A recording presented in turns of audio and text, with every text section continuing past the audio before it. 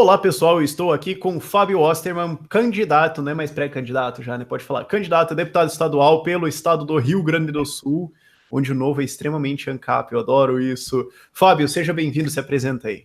E aí, Rafael, tudo bem? Como é que tá, pessoal? Pois é, finalmente, né, cara, depois de muito tempo a gente pode dizer que é candidato agora. Posso até mostrar meu número aqui, pedir voto do pessoal, que alegria.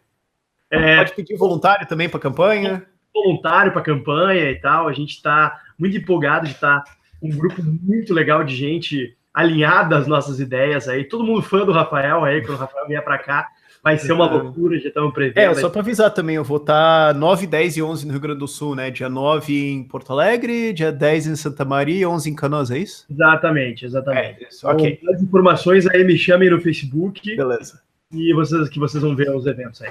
Mas então, para o pessoal do canal que não me conhece, meu nome é Fábio Osterman, eu sou formado em Direito, sou mestre em Ciência Política, tenho me envolvido na difusão das ideias liberais, libertárias há um bom tempo aí, né? Eu tava falando aí antes, o primeiro grupo de estudos que eu criei com alguns amigos da faculdade foi em 2006, né? Uma época que possivelmente boa parte dos espectadores do teu canal aí não sabia nem ler. Cara, é verdade, né? Boa parte do pessoal, eu lembro que a gente estava esse ano no Fórum da Liberdade, caminhando lá, conversando, e uma gurizada de 14, 15 anos te parando, né? E eu pensando assim, poxa, quando eu comecei a entender um pouco mais das ideias liberais, ali por 2004, quando eu virei liberal, quando eu tive acesso, enfim, a alguns desses livros que estão aqui atrás, vocês vão ver, o Mises, o Milton Friedman, David Friedman, enfim, livros que me ajudaram a entender um pouco mais a amplitude do pensamento liberal. Boa parte dessa galera não era nem nascida, ou mesmo, enfim, eram crianças pequenas, mas é demais ver que o movimento cresceu tanto ao longo do tempo, né? Até porque em 2006, cara, basicamente não tinha ninguém, né? Lula 90% de popularidade. Não, começando por isso, né? Como que você vai falar de privatização com Lula 90% de privatização? Lula com 90% de popularidade, tinha recém sido reeleito. Aliás, a gente criou esse grupo um pouquinho antes da eleição de 2006, que foi a eleição que o Lula ganhou, apesar de estar no ápice do mensalão. Foi absolutamente bizarro aquilo tudo, que nos revoltava profundamente, e a gente obviamente não via no PSDB uma alternativa, né? Mas a gente acreditava que a batalha de ideias ia trazer resultados, né? E realmente trouxe. Eu gosto de acreditar que aquele nosso envolvimento lá em 2006 trouxe resultados, né? Eu não planejava ser candidato, né? Eu me mantive bastante longe da política até eu me envolver com o Novo, efetivamente, ali a partir de 2013, quando eu fundei o Núcleo do Novo aqui no Rio Grande do Sul com alguns amigos, e a partir dali comecei realmente a me envolver, né? Mas antes disso, a minha trajetória era muito mais especificamente focada no campo das ideias. Eu atuei em várias organizações liberais, sou um dos fundadores também do Students for Liberty Brasil, que antes era chamado de EPL, Estudantes pela Liberdade. Atuei também no Instituto Ordem Livre, que deixou de existir, mas segue, enfim, o pessoal do Ordem Livre segue por aí, e a gente segue parceiro nas ideias, né? O Magno e o Diogo estão conosco no Livres também. Falando nisso também, eu sou um dos fundadores do Livres, né, que era o movimento de renovação do PSL. Você chegou a ser fundador do Liber também, né? Eu sou um dos 101 fundadores do Liber, né? Não sei se ainda existe essa ata, mas eu também fui um dos... existe, eu sei quem tem. Eu fui um dos que traduziu, num primeiro momento, a plataforma do Libertarian Party americano, porque essa era a minha o único interesse político partidário que eu tinha era de ser de um partido político radical que defendesse as ideias de forma coerente. E eu era fascinado pelo Libertarian Party, até que eu fui para os Estados Unidos, eu fiz um daqueles intercâmbios lá de lavar privada, limpar o chão, etc. Em Connecticut, um estado bem pequenininho na Nova Inglaterra, ali no Nordeste americano, uma região riquíssima, muito linda, e eu conheci o pessoal do Libertarian Party de Connecticut, e, enfim, cheguei lá, era um pessoal meio estranho, assim, Daí você descobriu que o Liber aqui era maior, às vezes. um grupo bem desorganizado e tal. Uhum. E comecei a entender que o Libertarian Party, até pelas restrições da legislação eleitoral americana, ele tinha uma relevância muito limitada lá. E comecei a pensar que, olha, aqui no Brasil a gente não tem essas restrições tão grandes, mas a gente precisa ter uma batalha cultural anterior de difusão das nossas ideias antes de pensar em ter um partido político, né? Então, voltei para o Brasil mais focado ainda em difundir as ideias, comecei a me envolver mais ainda com a divulgação das ideias, enfim, mantinha a atividade profissional em paralelo, até que eu me envolvi eu comecei a fazer meu mestrado em ciência política.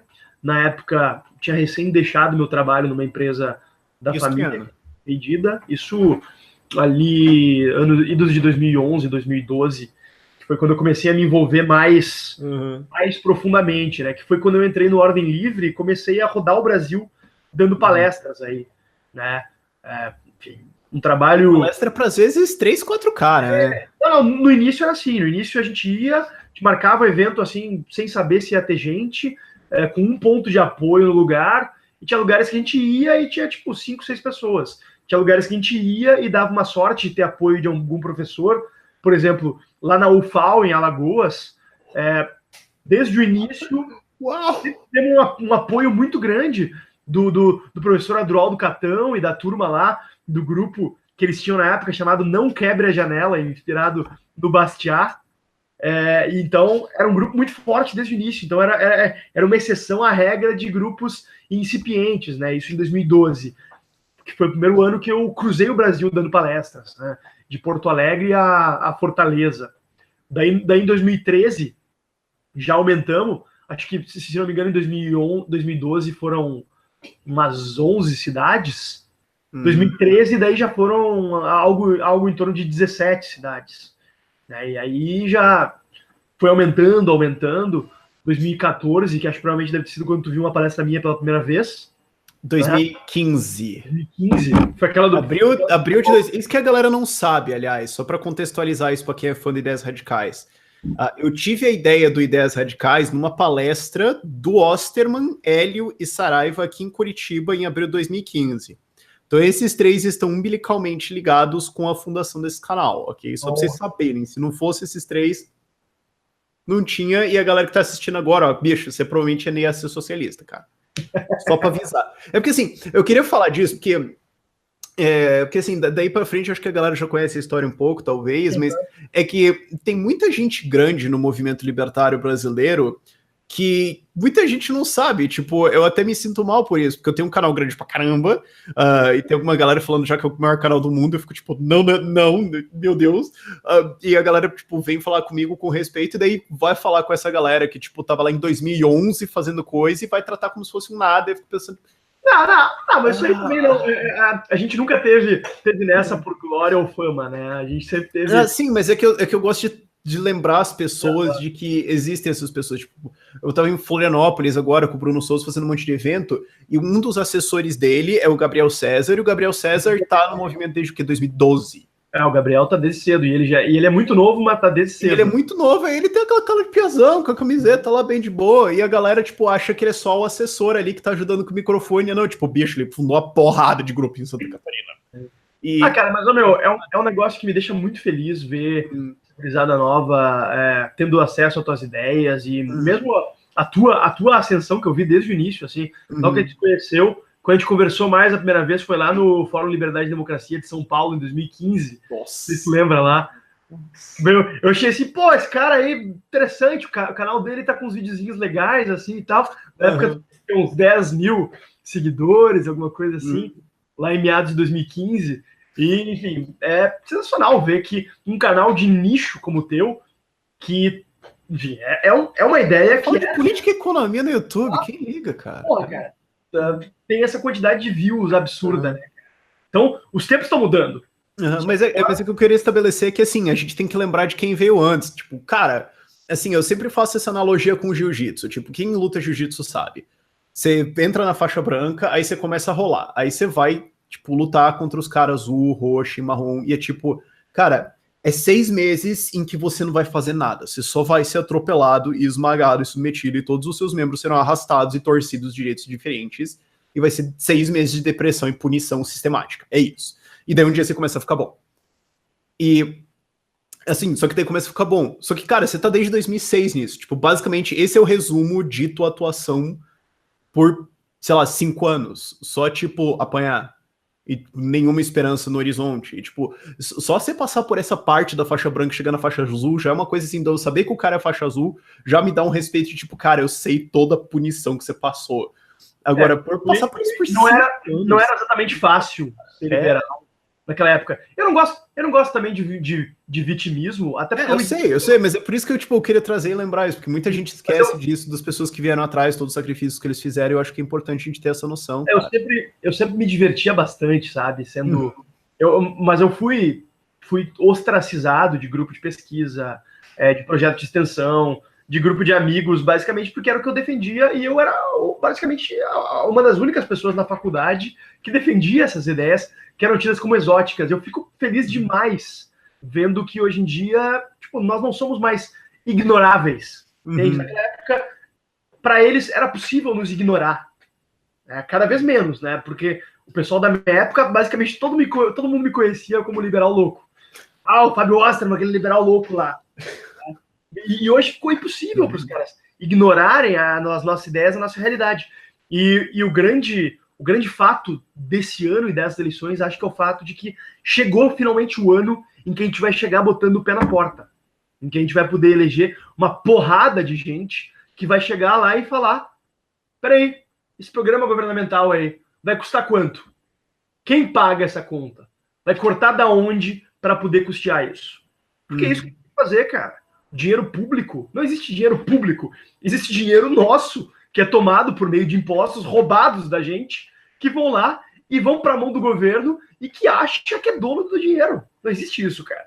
Então a gente tem um dever moral de buscar reduzir ao máximo possível o tamanho do Estado, o gasto estatal. Está sempre claro, especificamente aqui no Rio Grande do Sul, a gente vai ter uma atuação muito defensiva, porque o Estado está vivendo uma situação calamitosa. Então, para eles, obviamente, a solução fácil sempre é aumentar impostos e não cortar na carne, que é custoso politicamente, né? Porque é muito mais fácil aumentar em meio ponto percentual a alíquota do ICMS do que cortar privilégios do Ministério Público, do Judiciário, da Defensoria Pública, do Tribunal de Contas, que tem poder de pressão concentrado contra eles, né? Enquanto que nós, sociedade, temos uma dificuldade muito grande de nos articular para defender pautas que diminuam o peso do Estado para todos. Esse é um dos grandes entraves dos liberais na política, é isso, né? É a lógica da ação coletiva. Né? Como é que a gente faz para pegar interesses difusos e mobilizá-los com força suficiente para, em primeiro lugar, eleger gente, em segundo lugar, fazer com que essas pessoas eleitas tenham efetividade para fazer as mudanças necessárias lá. E esse vai ser o nosso desafio nos próximos anos aqui no Rio Grande do Sul. E em Porto Alegre a gente já tem escola, né? Que é o Ricardo Gomes e o Camozato fazendo um puta trabalho de segurar o Marquesan, e a Marquesan querendo subir IPTU, e 2 anos já tomando bucho e não vai subir. Isso Exato. Aí agora, seja lá quem for, que é o azarado que vai ser eleito governador do Rio Grande do Sul, a não sei que seja o Matheus Bandeira, daí tudo bem, a gente tá melhor. Mas esse cara vai tentar também subir ICMS, subir TCMD, subir o que for e partir para cima da galera. E o Camozato já provou, cara, um pequeno grupinho, 5% é o suficiente para cagar com o executivo. E é isso que você vai ter que fazer lá, cara. Eu costumo dizer que a gente não precisa ter uma maioria de liberais na Câmara, na Assembleia ou na Câmara Federal. Mas se a gente tiver uma minoria combativa, qualificada e bem articulada, cara, a gente vai fazer estrago, no bom sentido, um estrago histórico lá, cara. Eu sempre comparo isso com o PSOL. Às vezes eu pergunto pra galera, cara, quantos deputados federais você acha que o PSOL tem? A galera fala, uns 30, uns 40, 6. Eles têm 1% da Câmara e manda naquela bosta. Entendeu? Equivale por 70, né? Ou mesmo, por exemplo, cara, um cara que eu cansei de ver aparecendo na TV, sendo entrevistado no Jornal Nacional, simplesmente porque ele era um cara que não era nem do governo e nem do PT, saiu do PT, era o cara da rede lá, do Rio. que agora me foge o nome, de cabelo branco lá. Molon, exatamente. O cara aparecia toda hora na TV. A rede tem 3 deputados, é isso, né? A rede agora tá com 3 ou 2 deputados, se não me engano. 3. Né? E dá para fazer muita coisa com isso. E especificamente, claro, na Câmara são 513 deputados no total. Então é um número grande, mas na Assembleia Legislativa são 55. Depois que a gente elege aqui no Rio Grande do Sul, 3 ou 2 mesmo, cara, a gente vai poder fazer um estrago. Eu numa comissão, Pepe na outra, a gente no plenário, se dividindo para bater nos projetos que ataquem nossa liberdade, para defender as propostas que, porventura, ampliem o espaço para a liberdade, né? E eu tenho falado, o meu foco vai ser, ao analisar uma eventual proposta ou ato legislativo ou ato do executivo, aumenta a paz, liberdade e prosperidade dos gaúchos? Não, deve ser combatido, deve ser rejeitado. Sim, deve ser apoiado, deve ser promovido, deve ser votado a favor. Acho que é uma métrica muito boa que a gente tem que levar em conta. Tipo, porque paz e liberdade é fácil de entender. Agora, prosperidade você vai ter que se explicar um pouquinho. O que você quer dizer com isso? Pausa para o chimarrão. A prosperidade, bom, enfim, a gente precisa, antes de mais nada, entender quais são as causas da prosperidade.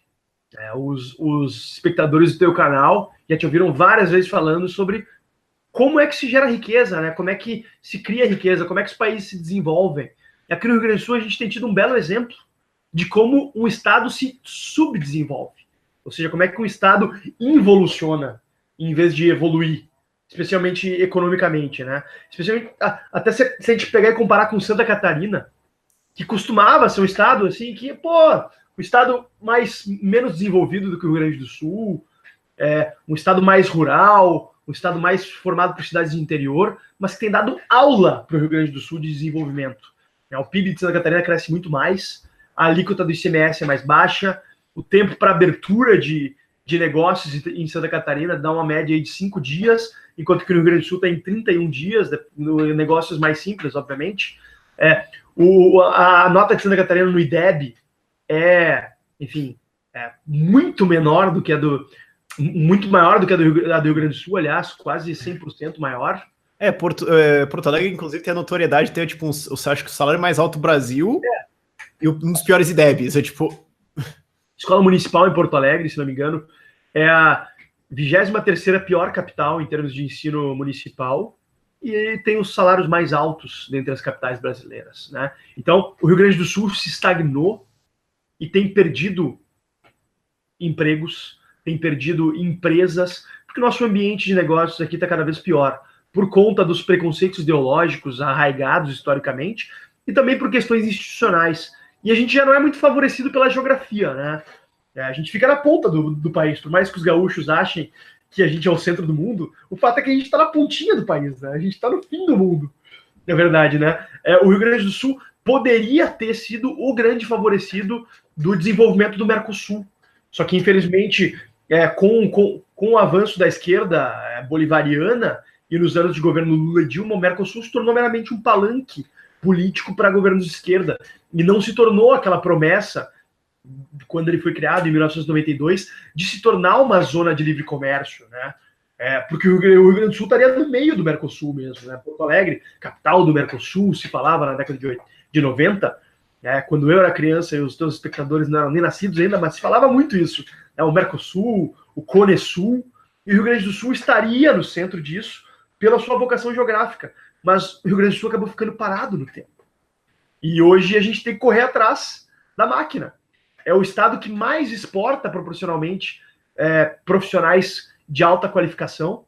Quem vai para São Paulo, Rio de Janeiro, Brasília, encontra um monte de gaúcho empresário, encontra um monte de gaúcho em alto escalão de empresas. Quem vai para o oeste do Brasil encontra um monte de fazendeiros gaúchos gerando riqueza, gerando emprego. Mas aqui no Rio Grande do Sul, as pessoas estão começando Estão começando, não. Faz tempo, aliás, que elas não veem perspectivas. E é por essas e outras que eu fiz o meu mote de campanha. O RS tem jeito. Consertar essa porcaria, né? Porque, cara, é um estado cheio de potencial, é um estado com um nível de desenvolvimento humano altíssimo em relação aos estados do Brasil, mas é um estado que precisa enfrentar os seus erros do passado.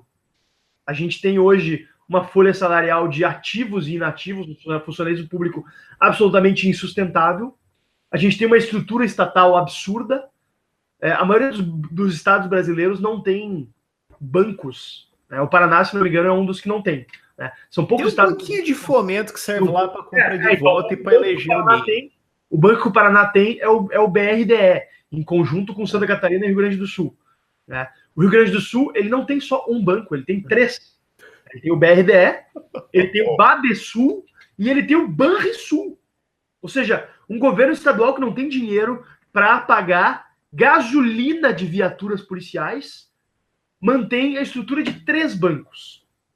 Até pouco tempo atrás mantinha uma rede de rádio e TV, que foi extinta finalmente, mas que ainda não se conseguiu demitir todos os funcionários, está se passando por uma batalha jurídica complicada. Também a gente é prejudicado pelo fato de que o judiciário gaúcho, e o pessoal do direito sabe muito bem do que eu estou falando, é historicamente um dos mais esquerdistas do Brasil.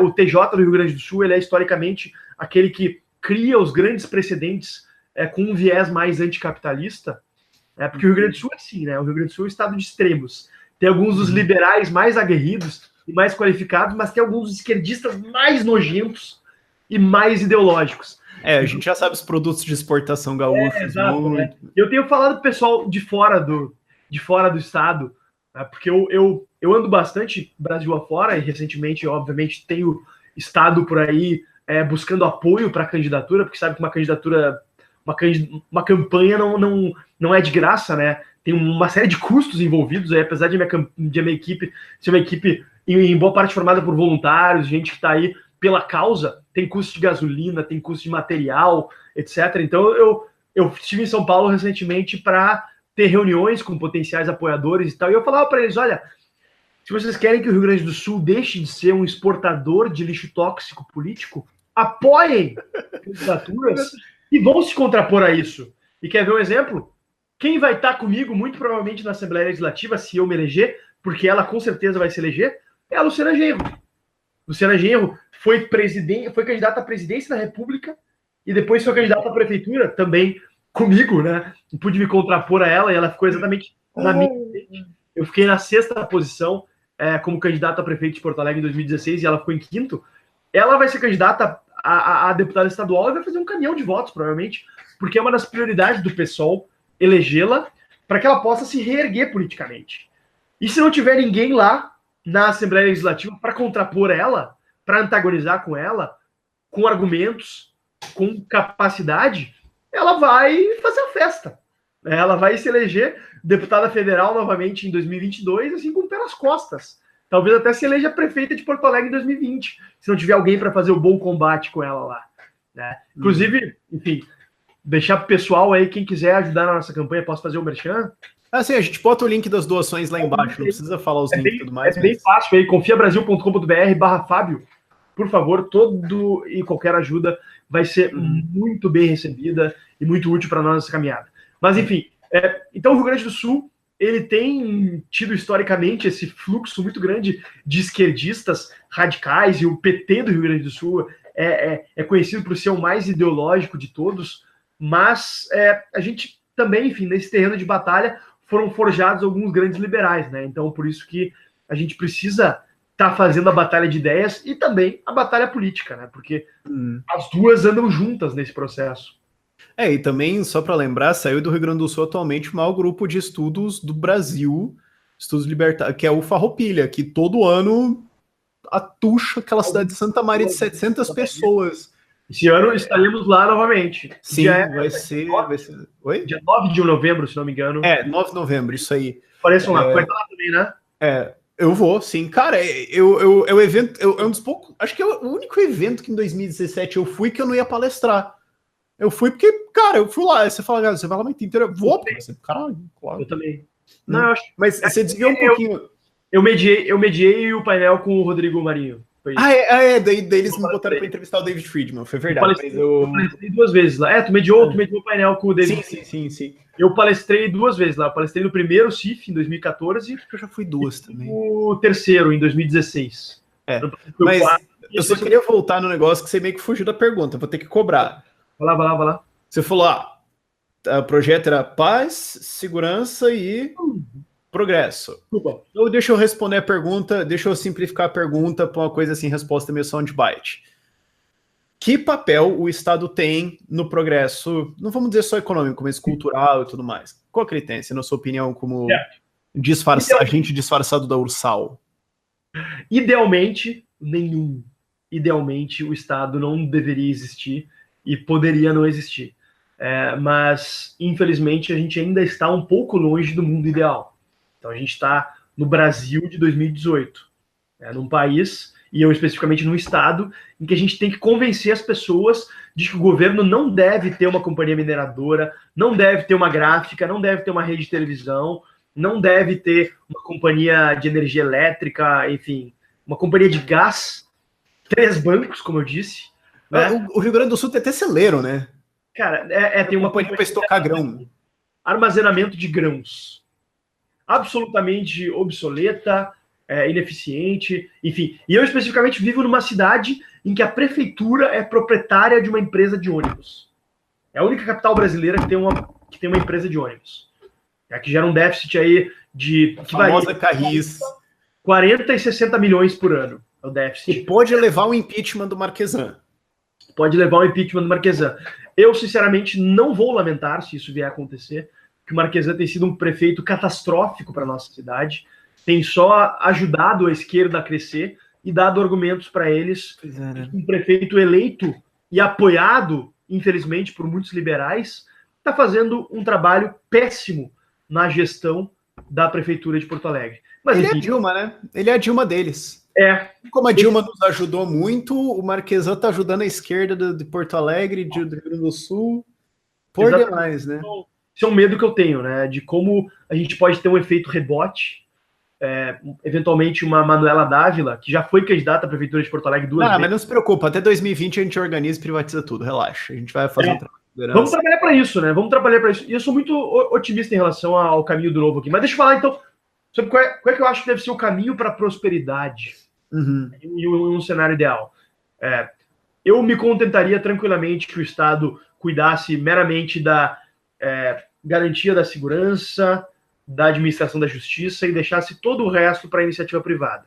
Mas que é o argumento do Mises, era isso. Exato, o Estado guarda noturno. Mas eu tenho uma perspectiva hayekiana para isso, né? Eu acho que a gente não tem que estabelecer uma meta, diferentemente do Mises, que achava que o Estado tinha que parar aí e deu. Mises era contra a abolição do Estado. Eu acho que a gente não tem que estabelecer... Ele é a favor da secessão individual, vale lembrar. Mas ele é a favor da unidade como cidades-estado, né? Seria a unidade... o arranjo institucional superior para ele seriam federações de cidades-estado, né? Que proveriam bens públicos básicos. Mas também ele foi criado em um contexto muito específico, né? Ele viveu 2 guerras. Nenhum de nós faz a menor ideia do que seja vivenciar 2 guerras. Isso não só isso, ele tem uma história em que ele estava fugindo, vale lembrar, a Mises era judeu, ele estava fugindo dos nazistas com um passaporte ilegal pela França, numa estradinha de terra, e tipo, na estrada do lado estavam os tanques nazistas. Só para contextualizar, isso é o que o bicho já viveu. Sim. Não, eu tenho uma em relação à evolução, ou melhor, em relação à regressão do Estado, tem uma perspectiva mais hayekiana. Hayek também passou por 2 guerras, inclusive ele lutou na primeira, né? Ele lutou pelo exército austríaco na primeira. Eu acho que a gente não deve estabelecer uma meta de diminuição do Estado. A gente deve permitir que a liberdade vá avançando e que a gente dê cada vez mais espaço para o mercado ocupar os espaços de prover bens e serviços, e cada vez mais a gente vai gradualmente possibilitando que a gente tenha menos e menos coerção, até quem sabe chegar em um momento em que haja um grau próximo de 0. Até a gente andar de tanque. Então, né? Mas enfim, eu acho que hoje é mais prático, por mais que seja intelectualmente estimulante a gente discutir questões como justiça privada, polícia privada, secessão individual. Acho que são temas intelectualmente estimulantes, em mesa de bar, acho que é legal, mas eu acho que a gente não pode se deixar cegar simplesmente pelo ideal e deixar que o ótimo seja inimigo do bom. O fato é que hoje a gente tem batalhas muito concretas a serem lutadas e a gente tem as nossas liberdades sob risco. Então, eu acredito, sinceramente, que se a gente não se envolver, eu não acho que todo mundo deva se envolver na política, só para deixar claro, eu acho que só aqueles que têm estômago, em primeiro lugar, porque tem que ter estômago, tem que ter fibra, tem que ter paciência para lidar com pessoas que não entendem, pessoas que não querem entender, pessoas que são mal intencionadas. Eu, de forma alguma, pretendo fazer uma vida na política, não quero construir uma carreira, mas eu, nesse momento da minha vida, eu acho que esse é o desafio que, de certa maneira, é uma conclusão do que eu tenho feito nos últimos anos, e eu também, como cientista político, quero ter essa experiência de atuação dentro das instituições. Eu estudei como as instituições funcionam hoje no Brasil, eu estudei como elas funcionam em outros países e quais são os resultados dessas instituições funcionando de forma diferente nos outros países, e eu quero dar minha contribuição para mudar as coisas aqui no Brasil.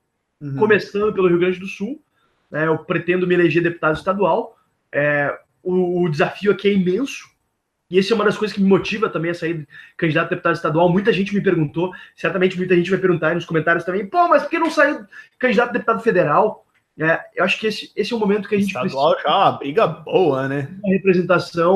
De uma representação qualificada aqui na Assembleia, e eu espero poder contribuir para que nos próximos 4 anos o Estado esteja em uma condição melhor, e também para que eu pegue uma experiência na prática da política como mandatário, para que dentro de 4 anos, quem sabe, eu possa fazer jus a uma cadeira na Câmara Federal. Mas, claro, tudo ao seu tempo, passo a passo, né, sem colocar a carroça à frente dos bois. Vamos com calma, com humildade, defender as nossas ideias de maneira coerente, de maneira convicta, e também, enfim, acho que a gente vai ter boas brigas a serem lutadas aqui, e que vão ser 4 anos bastante intensos, que talvez valham por 40 aí. E, finalmente, eu não posso deixar você escapar sem perguntar essa. Você declarou seus bitcoins. Explica essa, por favor. Declarei. Muita gente andou surtando aí nas redes sociais, né, em relação a isso. Então, deixa eu explicar por que eu declarei os meus bitcoins. É o seguinte, todo candidato, toda pessoa que se coloca na posição de se candidatar, deve, obrigatoriamente, declarar os seus bens para a Justiça Eleitoral, sob o risco de, enfim, se tu... Perda de mandato. Se tu numa outra eleição declara algo incongruente com a tua declaração anterior, tu não só é esculachado perante a opinião pública, como isso pode levantar dúvidas em relação ao eventual enriquecimento ilícito, enfim, acusações de lavagem de dinheiro, etc., e por mais que eu acho que o Estado não tem que se meter nas nossas finanças, eu, enfim, acredito na liberdade por inteiro. Eu não acho que o Estado deva se meter no nosso quarto nem no nosso bolso. Eu preciso entender que para ingressar no sistema e mudar ele, eu preciso jogar as regras do jogo hoje. E as regras do jogo estabelecem que eu deva prestar contas em relação às minhas finanças para o Estado. Eu não estou dizendo que todo mundo tem que declarar os seus bitcoins. Inclusive, se eu fosse recomendar para alguém, possivelmente eu recomendaria que não declarassem. Mas eu, na condição de postulante a um cargo público, alguém que vai estar enfrentando interesses poderosíssimos dentro da máquina pública, eu não posso deixar essas brechas para me atacarem, tanto no terreno do debate público, quanto eventualmente até, enfim, eu ser incriminado por alguma questão que vai inviabilizar uma eventual candidatura lá adiante. Então, enfim, tem gente que parece que gostaria de ver pessoas que defendem as ideias liberais não sendo candidatas do que sendo candidatas, né? O fato é que, para ser candidato, eu preciso dar exemplo de transparência perante os meus eleitores e perante também os meus opositores. Porque senão, se eu deixar questões em aberto, como, por exemplo, uma possibilidade de que eu tenho recursos não declarados, isso vai facilitar muito o trabalho deles de tentar atacar minha credibilidade e, eventualmente, até abrir possibilidades de eu ser denunciado por crimes. Porque ocultação de patrimônio, lavagem de dinheiro, enriquecimento ilícito são crimes. E o Lula tá preso por isso, né? Então, perante o ordenamento, você vai criticar lá o Lula falando, mas seu teu... exatamente, são crimes perante o ordenamento jurídico brasileiro, independente de qual seja a origem do dinheiro. Se eu não declaro, eu estou sujeito a ser acusado por isso. E eu acho que eu tenho muito mais condições de trabalhar pela liberdade se eu tiver enfim, com tudo em dia perante a justiça eleitoral, perante, enfim, se eu tiver isento de qualquer acusação de crime, do que se eu não tiver. Né? E isso seria, na verdade, até irresponsável da minha parte, uma irresponsabilidade perante as pessoas que acompanham o meu trabalho, que acreditam em mim, que votaram em mim em 2016 e vão votar agora, se eu simplesmente pegasse e falasse assim, foda-se, vou agir de maneira despreocupada em relação a isso e vou correr um risco de ser pego e acusado desses crimes que eu acabei de listar por causa de R$1.000 em bitcoins. Né? Aqui na época da declaração estava a cotação, acho que uns 830, 840 reais. Então, enfim, acho que não faz sentido. O pessoal pode ficar tranquilo, eu não defendo qualquer regulamentação de Bitcoin, qualquer regulação estatal. Eu sei que teve gente aí, teve um youtuber doido aí mentindo que eu defendia regulamentação estatal sobre Bitcoin. Isso é uma mentira. Infelizmente, a gente está sujeito a ser atacado por meio de mentiras. Né? Eu gosto muito de debate, tu sabe muito bem, eu debato com praticamente qualquer pessoa, gosto muito de debate. Quem for no meu canal no YouTube aí vai ver que tem vários debates com esquerdistas, mas o que eu não tolero realmente é mentira, gente que inventa coisas a meu respeito. Acho que tem muita coisa que pode ser atacada nas minhas ideias, essa pessoa discorda, mas não tem por que mentir e inventar coisas a meu respeito, né? E eu tento ser o mais transparente possível. Eu faço questão de ser uma pessoa acessível, todos os meus contatos estão abertos publicamente. Então, eu tô sempre bloqueando também alguém no WhatsApp, Twitter, Facebook também, porque tem gente que gosta simplesmente de encher o saco só e de ter uma conduta destrutiva, né? Mas quem não vem com os 7 pedras na mão, eu tô sempre aberto a conversar, mesmo que quem divirja das minhas ideias, da minha abordagem, enfim, não tenho o menor problema em ser contrariado, em ser contestado, mas acho que a gente tem que estar aberto para esse debate de ideias também, né? Uhum. Tá, mas eu acho que é isso aí, cara, que eu não pude deixar fugir sem essa. Não tem problema nenhum, cara. Pessoal, fique à vontade aí para me mandar também outras perguntas, outras questões. Eu acho que quem se propõe a encarar o desafio de se candidatar tem que ser transparente. É um ônus que quem não está disposto a arcar com esse ônus, eu recomendo que repense se vai se envolver em algo que gera tanta exposição quanto isso. Porque eu já sou extremamente atacado por detratores de todos os lados, né? E tu sabe que eu sou atacado por todos os lados. Infelizmente, tem muita gente que gosta de mim, mas tem muita gente também que odeia cara, mim. É a vida. Faz parte, né? Mas então, alguém que está tão exposto a ataques como eu, não pode se dar o luxo de deixar essas brechas aí, né? Então, enfim, é nisso que eu me pauto. Mas eu acho que é isso aí, cara. Se quiser dar alguma mensagem final, só para não ficar muito longo o vídeo.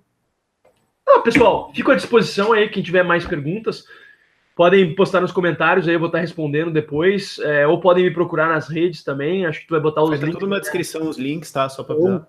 Enfim, quem for do Rio Grande do Sul também, reiterando, se envolvam. Muita gente pensa assim, poxa, bacana, campanha política, mas eu não sei por onde me envolver, por onde começar. Eu e o pessoal da minha equipe, a gente tem se focado bastante em tentar criar uma estrutura aberta ao envolvimento de voluntários. Inclusive, nesse sábado, a gente vai ter uma imersão de treinamento com voluntários, que vai ser questões mais teóricas e também questões mais práticas. No final do treinamento, já até dando um spoiler, a gente vai sair para panfletear no parque, que fica do lado do nosso comitê. Então, vai ser uma oportunidade bem bacana para o pessoal pegar a prática também do que é estar defendendo as nossas ideias na rua, para as pessoas que muitas vezes não fazem a menor ideia do que se trata, né? Porque a gente também não trabalha com essa história de só, pegar e entregar panfleto. Não, a gente quer conversar com as pessoas. A gente fala, poxa, agradeço se puder dar uma olhadinha aqui nas nossas ideias e tal, né? E se puder dar uma lida. E uma coisa muito importante que eu fiz questão de botar aqui também no meu material é isso aqui. Guarde e me cobre depois. Porque eu quero ser cobrado pelos meus compromissos.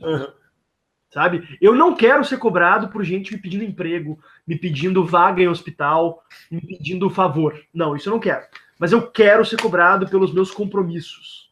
E, inclusive, eu vou ao longo do meu mandato, se eu vier a ser eleito, eu vou me utilizar de uma plataforma chamada Nosso Mandato, por meio do qual os meus eleitores, e somente os meus eleitores, que vão se cadastrar por meio da plataforma e vão poder, enfim, a plataforma faz um cruzamento com os dados do TSE, então dá para ver quem é que deu voto para o candidato em determinada urna, né? Já que são milhares de urnas Brasil afora, a chance de erro é relativamente pequena. E quem é eleitor pode opinar em relação às votações e vai poder opinar em relação às minhas votações. Claro que se a maioria dos eleitores votarem em total desacordo com os meus compromissos e valores, eu vou poder contrariar. Mas se porventura eu estiver pendendo a votar contra os meus compromissos, o pessoal vai lá e vai votar de forma contrária à minha, né? E eu vou ter que seguir. Obviamente. Não, qualquer coisa, relaxa que eu sei onde você mora, a gente acerta isso aí.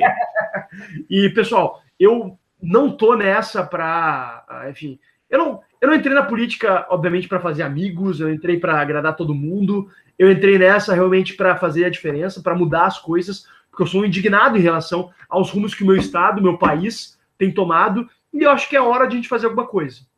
Tá? Cada um tem que saber a forma como deve se envolver. Como eu disse antes, eu não sou aquele tipo de gente que fala assim que o problema do Brasil é que as pessoas não se envolvem com a política. Não. Eu acho que quem tem que se envolver com a política é quem acha que tem o tino para isso, quem acha que tem o estômago, a paciência, a capacidade para isso. Mas, na medida do possível, eu peço a vocês, apoiem as candidaturas alinhadas às nossas ideias nos seus estados, que isso vai fazer uma grande diferença. Beleza? Beleza, mas acho que é isso aí. Por esse vídeo é isso aí, pessoal. Falou, pessoal. Até a próxima aí. Tchau, tchau.